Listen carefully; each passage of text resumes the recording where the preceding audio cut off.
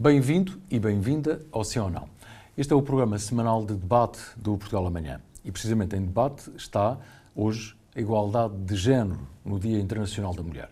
A pergunta é, as políticas públicas dos últimos governos têm conseguido diminuir as desigualdades sentidas pelas mulheres? Mas depois há outras perguntas para responder neste debate. Faz sentido manter o sistema de cotas no público e também no privado? As mulheres em Portugal precisam de um maior apoio do Estado? Ainda há barreiras para as mulheres que conseguem chegar a lugares de chefia e de liderança nas organizações? Comigo estão Sandra Ribeiro, Presidente da Comissão para a Cidadania e Igualdade de Género, e também Helena Canhão, Diretora da Faculdade de Medicina da Universidade Nova de Lisboa. Obrigado a ambas, enfim, pela vossa agenda e pela disponibilidade para estarem aqui. Sabem que temos cerca de um minuto e meio para a defesa da ideia, da tese de cada uma e depois entramos em debate. A ideia é, naturalmente, uma conversa muito construtiva sobre estes temas que são importantíssimos.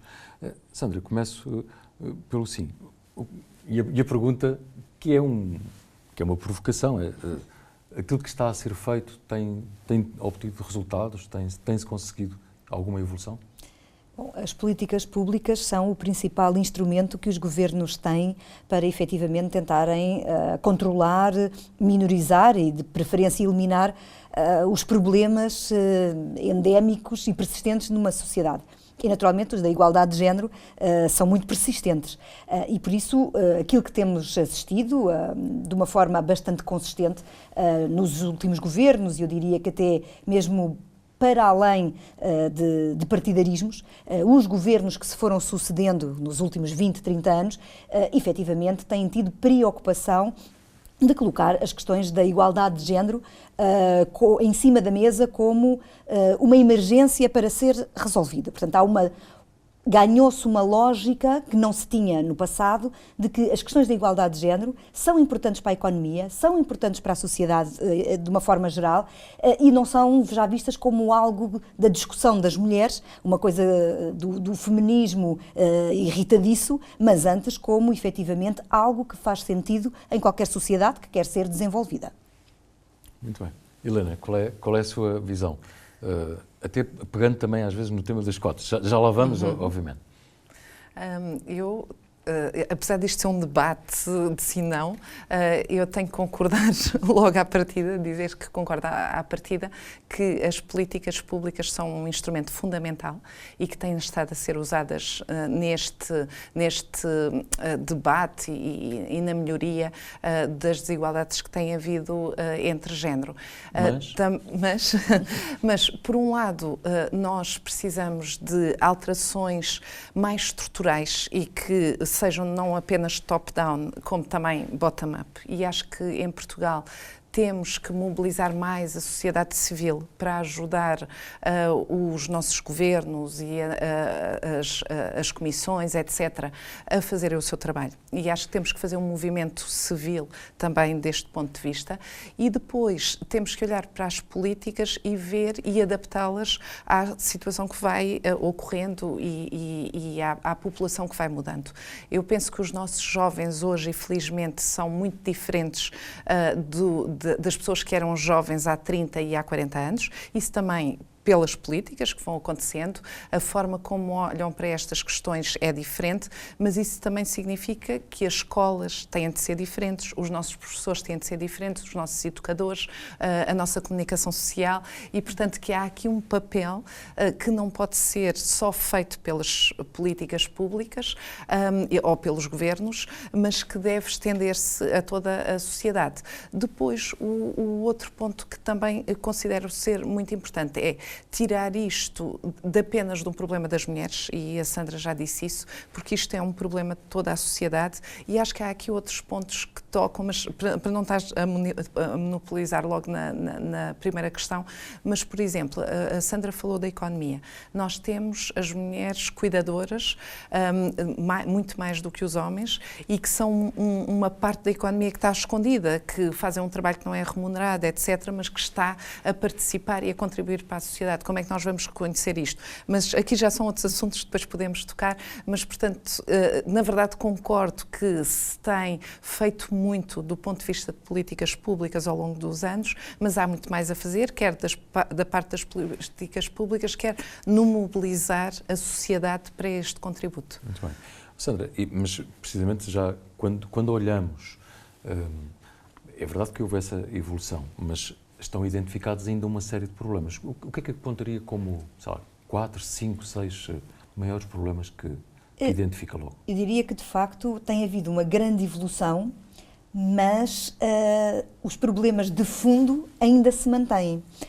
Podem eventualmente ir mudando um pouco, às vezes, assim, a sua fisionomia, mas ainda tem a sua base naquilo que é uma sociedade ainda muito estereotipada, entre aquilo em que ainda é a função que se espera que um homem tenha e a função que se espera que uma mulher tenha. Portanto, ainda um tradicionalismo muito forte naquilo que é o papel do homem e o papel da mulher. E isso tem sido mais difícil de ultrapassar. Portugal tem legislação que é reconhecida internacionalmente em todos os fóruns como sendo sempre uma legislação moderna, atual, que cumpre todos os requisitos dos acordos internacionais, das diretivas e dos regulamentos comunitários. Decreto, não é? Mas a questão é a prática. A diferença entre o direito legislado e o direito aplicado. E aí nós vemos que temos problemas ainda fortes.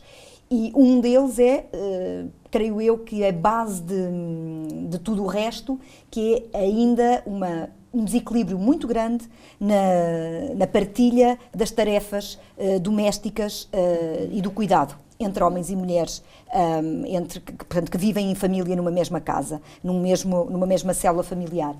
E isso vai disputar o quê? Vai disputar que, efetivamente, elas têm menos disponibilidade para o trabalho, que, então, quando nascem os filhos, é uma mudança aterradora, porque, hoje em dia, na entrada no mercado de trabalho, homens e mulheres, de uma forma geral, conseguem ter a mesma oportunidade, mas depois, na manutenção e na manutenção do trabalho e na evolução na carreira, há uma diferença enorme e todas as estatísticas apontam, ainda agora saíram estudos sobre isso, aliás, o Nobel do ano passado aponta para essa situação também, que é quando nasce uma criança, as mulheres têm uma tendência a retraírem-se, porque naturalmente continuam a ser as principais cuidadoras, de uma forma, estamos a falar genericamente, não é? Em média.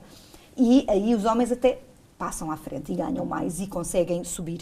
Elas ficam mais a tomar conta dos filhos e tem que mesmo um dia mais tarde, quando as crianças já não precisam de tanta ajuda porque já são adolescentes ou porque até já são jovens adultos, aí muitas vezes é tarde demais. E depois vem toda esta lógica de as mulheres em média ganham menos do que os homens, porque fazem menos trabalho suplementar, porque têm menos trabalhos com isenção de horário, porque quando há uma possibilidade de promoção na carreira, vai-se promover quem apresenta maior disponibilidade para o trabalho. Também há uma questão que também muitos estudos apontam, que é as mulheres discutem menos o salário. Também um pouco ligado a uma certa postura que elas já trazem de que têm que ser mais sossegadinhas ou que não devem tanto reclamar.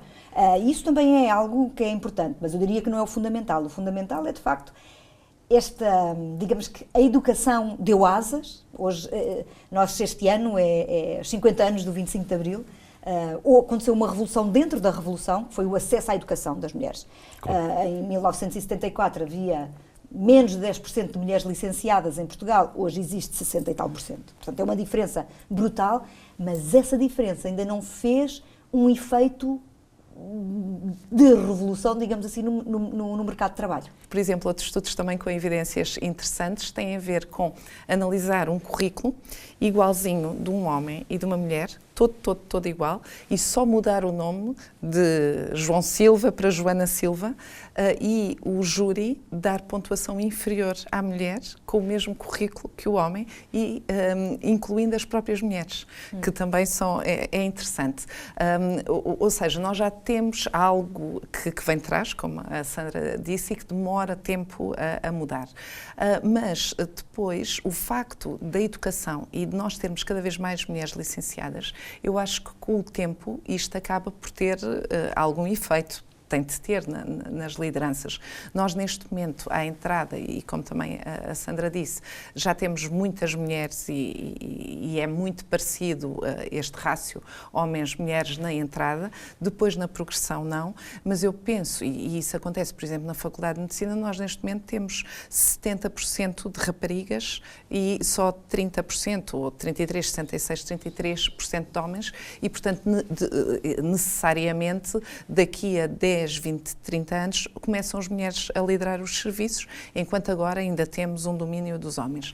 Mas também é verdade que às vezes interessa e importa ter a legislação feita também a olhar para o homem, porque há alguns aspectos que os homens até são prejudicados e a legislação até pode ter um efeito, e agora estou a falar, por exemplo, da legislação da maternidade e da paternidade.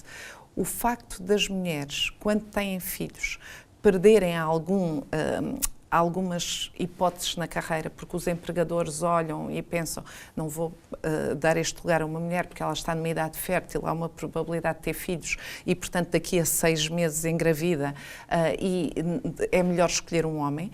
O facto de nós agora termos licença de paternidade que é mais longa para os homens, põe o empregador também a pensar, se calhar se for um homem, se estiver numa idade em que pode ser pai, também se calhar vai faltar algum tempo ao trabalho e isso é benéfico para a mulher. Não só porque faz com que o homem comece a dividir mais tarefas em casa, mas mesmo no emprego. Eu lembro-me que quando começaram os primeiros homens a pedir esta licença, que isto era visto de uma forma muito estranha. Mas o quê? Tem um filho e agora quer ficar em casa, mas é ele que fica. E isto agora começa a ser uma prática generalizada, mas indiretamente beneficia também as mulheres. Beneficia os homens porque podem ser pais, porque podem ter este tempo protegido com os filhos, mas indiretamente também é bom para as mulheres, por tudo e mais alguma coisa, mas até no emprego. E, portanto, quando nós olhamos para a legislação, às vezes também é preciso olhar para a legislação do homem e que às vezes até é prejudicado. Por exemplo, num divórcio, antes a mulher tinha habitualmente a guarda, agora cada vez temos mais guarda partilhada. Portanto, também é importante ver que o homem nem sempre era beneficiado nesta situação. É interessante, mas, se me permite. Sim, eu queria introduzir também daqui o tema... Daqui a pouco não queremos aqui o Luís e queremos falar uma com o outro. Não, e podem, à vontade, e podem se interromper. Mas eu queria abordar também o tema, pela vossa experiência, o tema das cotas. E eu sei que já está muito batido, mas há quem continue a concordar dizendo que é um mal necessário e há quem discorde de todo, mesmo entre as senhoras, não é? Relativamente às cotas, é também outro exemplo de política pública que foi muito pensada, que levou a muita discussão e teve apoios e a oposição de homens e de mulheres, naturalmente, mas eu creio que porque foi feita sempre uma discussão que me pareceu a mim logo enviesada, inquinada, um bocadinho, digamos assim, tóxica, que era a lógica, que foi a questão do mérito. Levantar a questão de que, porque as cotas vão fazer com que mulheres que não têm condições para estar a exercer determinados cargos, agora vão estar só porque são mulheres. Ora, isto foi enviesar completamente a discussão, e até porque já passaram muitos anos desde as cotas, quer nos partidos políticos para o acesso aos cargos políticos, quer também nas empresas cotadas em bolsa e nas empresas públicas, e aquilo que nós vemos, nada piorou. Não houve um descalabro na gestão, nem pouco mais ou menos. Aquilo que passou a acontecer foi procurar mulheres para poderem ir para os cargos que efetivamente antes não se ia à procura delas, porque as decisões muitas vezes de quem é que ia ser CEO era muito no inner circle, um inner circle de homens, e não era de todos os homens, era só de alguns. E aquilo que isto agora obriga é, temos que ir fora daquele inner circle à procura. E quando fazemos isso, eu acho que até o mérito ganha, porque se vai à procura realmente dos melhores e das melhores. Porque a verdade é que até aqui... Até nos temas agora que se abordam muito de governance, existe essa obrigatoriedade cada vez mais de ter as mulheres, seja nos boards, seja como administrador não executivo. As grandes empresas hoje, aliás, fazem gala e mostram isso até para identificarem-se como bom sítio para trabalhar e como uma empresa que está preocupada com a sociedade em geral e até para agradar à clientela, que é diversidade e inclusão. onde as questões de igualdade entre homens e mulheres estão lá, mas também outras, das questões da orientação sexual, da identidade de género, étnicas, rássicas, portanto, tudo isso passou a ser muito importante. E a Helena importante. concorda por princípio com a ideia das cotas? Ou nem por isso? Se nós pegarmos no mérito, obviamente que não, quando é enviesado nesse sentido e pensar que alguém, só por ser mulher ou só por ter mais de 50 anos ou ter menos de 20, deve estar num lugar, nunca pode ser esse o critério. Eu acho é que importa chamar a atenção que deve haver esta diversidade. Hoje em dia as cotas, não apenas no sistema sim. político ou partidário, mas é um mal necessário? Eu acho que cada vez deixa de ser necessário, mais necessário. Acho que o facto da prática começar a instalar-se deixa de fazer muitas vezes sentido, mas infelizmente ainda há muitos locais que mesmo com cotas essa prática não está a ser levada a cabo. E, portanto, o que eu defendo é o mérito, mas também o ter uma visão abrangente numa organização para ela ser representativa. Se escolhermos uma cota só por o número para cumprir e para pôr o tique e depois as pessoas nem sequer terem voz, isso não concordo, obviamente. Digamos assim, isto é uma medida positiva temporária. Assim que efetivamente se entenda que, de uma forma em autorregulação, há já um equilíbrio do sexo menos representado, normalmente das mulheres, em cargos de direção, deixa de fazer sentido existirem cotas, naturalmente. Agora, coloca-se também, muitas vezes, o tema, enfim, conhecem bem esse tema do chamado, vamos dizer em português, teto de vidro, ou não sei se de cristal, se quisermos melhorar de vidro para cristal, que é, bem, de facto, a organização tem imensas mulheres, portanto, isso vê-se cada vez mais em todas as áreas da sociedade, no meio académico, enfim, nas organizações em geral, nas redações, por exemplo, isso acontece, mas não quer dizer necessariamente que depois as mulheres consigam ser a diretora, a presidente dessa organização. Porquê? Porquê é que isso ainda acontece? Bom, eu creio que é um bocadinho, é fruto de um bocadinho de tudo aquilo que nós temos estado a dizer até aqui, que é, de facto, muitas vezes aparece até pictograficamente identificado, que é as escadas que as mulheres têm para subir na sua carreira, têm uns degraus muito grandes e as deles ou vão de escada rolante ou têm os degraus mais pequenos. E uma das principais razões tem a ver com todo o envolvimento tradicional, familiar e de cuidado, que de facto puxa muito a mulher para ficar mais a tomar conta das suas coisas. Lá está, às vezes não tem tempo se calhar não tem tempo para ir àquele jantar, onde se ia decidir quem é que se calhar ia ser a chefe a seguir, se calhar não vai conseguir ficar muitas vezes a fazer trabalho suplementar, não vai poder estar sempre a dizer, a chegar-se à frente a dizer eu faço, eu posso, eu consigo. Eu acho que essa é uma das circunstâncias que de facto faz com que as mulheres, por muito talento que tenham, muitas vezes têm mais dificuldades. Isso também se vê que há muitas mulheres que cada vez mais começam a atrasar o momento em que têm os seus primeiros filhos, um bocadinho a tentar, deixa-me ficar estável na minha carreira para eu finalmente poder me dedicar a ser mãe, e isto é também muito pesado, no fundo, que é quase estarmos sempre, há uma espécie de um peso de ser obrigado a decidir, eu vou dar prevalência ao meu trabalho ou eu vou dar prevalência à minha família, que eu acho que é um peso que, de uma forma geral, os homens não sentem. Quem tem poder para fazer diferença, os novos governos, o novo governo que está para chegar, este assunto tem que ser encarado, porque pode ser um grande problema a muito curto, médio prazo. Helena, relativamente a esta questão do chamado glass ceiling, né? Mas aportuguesamos. Eu concordo inteiramente com tudo o que a Sandra disse, e este componente do cuidado... Não, é isso, mas não tem hipótese nenhuma. Mas este problema do cuidado, da forma como a nossa sociedade está a evoluir, com pessoas cada vez mais idosas que vão ficar dependentes, e a forma como as nossas crianças também estão a ser educadas, estão a olhar para o futuro, nós vamos ter aqui um problema na sociedade e no futuro, e isto é 5 anos, 10 anos, com a inteligência artificial, a digitalização, tudo isto está a mudar, e nós temos que conseguir educar as nossas crianças pensando no futuro e no amanhã.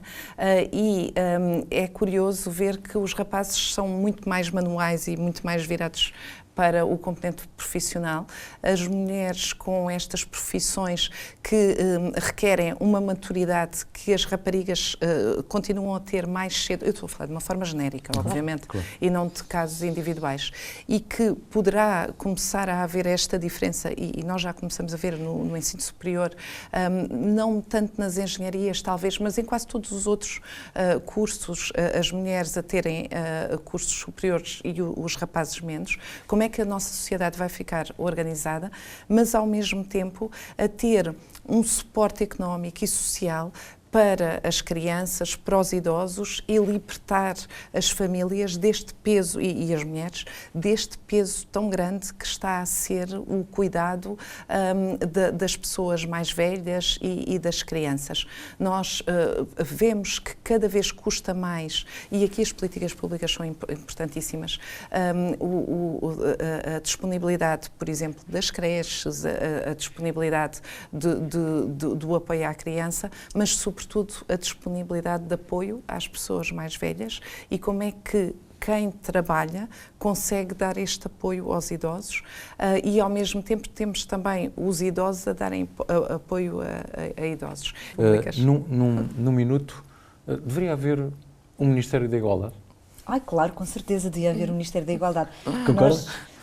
Até hoje só tivemos uma Ministra da Igualdade, que foi a Maria de Belém, há muitos anos atrás. Depois temos tido secretárias de Estado da Igualdade, mas não é a mesma coisa. Ter um Ministério da Igualdade, eu acho que faria todo sentido, e um Ministério da Igualdade que fosse amplo, com interseccionalidade e multidiscriminação. Não é só para a igualdade entre homens e mulheres, mas para toda a diversidade e, naturalmente, englobar as questões étnicas, rássicas, religiosas, de idadismo, que é absolutamente importante, de deficiência, da orientação sexual e identidade de género, portanto, um grande Ministério. A mim preocupa muito a pobreza e acho... Mas faria sentido um Ministério? Depende do número de ministérios que vamos ter, mas nós temos que investir na igualdade e no combate às desigualdades, a todas as desigualdades. Nós temos estado aqui a falar no Dia da Mulher na desigualdade de género, mas a pobreza, o acesso à educação e o acesso a ter uma vida digna é fundamental. E nós vemos neste momento muitas pessoas com dificuldades económicas e dificuldade de acesso à dignidade humana e às condições mínimas na saúde, na educação, e isso é preciso ser combatido com políticas públicas, com ou sem Ministério, mas temos que olhar de uma forma muito, muito preocupada para estas questões. Helena Sana, muito obrigado. Espero não ser mal interpretado naquilo que eu agora vou dizer, já agradecer-vos muito, mas... Eu convivo com 3 mulheres lá em casa, portanto, com a mulher que faz o favor de maturar há quase 30 anos, obviamente com a minha mãe, mas gostaria muito de dedicar este programa à minha filha. É tudo. Já sabe que pode ver o Sim ou Não em amanhã.pt, também na Euronews. Aliás, o debate fica disponível no canal do YouTube em português. Pode ouvir o podcast e, claro, pode ler no Jornal Portugal Amanhã, que sai todas as sextas-feiras com o Sol. Conto consigo na próxima semana.